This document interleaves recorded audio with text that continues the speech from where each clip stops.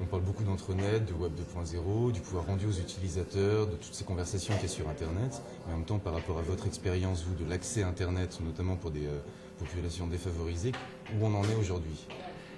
Tout d'abord, je crois qu'on a beaucoup parlé de fracture numérique. Il n'y a pas de politique publique dans ce domaine. La seule politique réelle, c'est l'abaissement du coût de la DSL. Et pour les gens qui n'ont pas d'informatique à la maison, ça reste quand même un problème.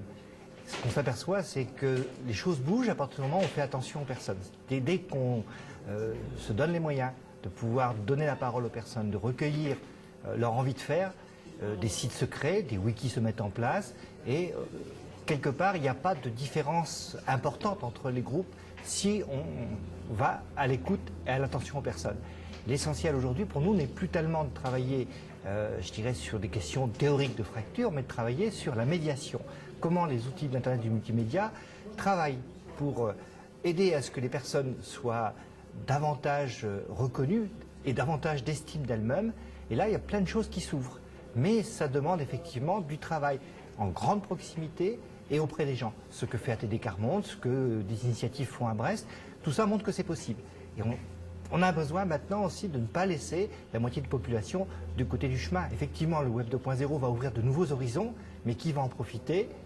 Les gens qui effectivement ont accès à la culture, ont accès effectivement à la connaissance, à ces outils-là. Les jeunes parce qu'effectivement ils baignent dedans, mais il reste de côté la moitié de la population. Et sur la facilité d'utilisation sur tous ces outils, tous ces services Web 2.0, c'est quelque chose qui peut avoir un impact?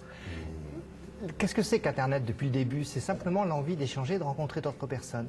Et quand les gens dans un quartier à Kéroria font un site sur les recettes de cuisine ou un site sur le club de gym, c'est un moyen de rencontrer d'autres gens du quartier et de faire en sorte après qu'ils se fassent une bouffe ensemble, etc. Donc les outils du Web 2.0 vont aussi, pour les gens qui habitent dans les quartiers, démultiplier les occasions de rencontre, à condition d'aller les voir, de leur expliquer, de les accompagner, de faire en sorte qu'eux aussi créent leurs usages. Donc il faut quand même des intermédiaires.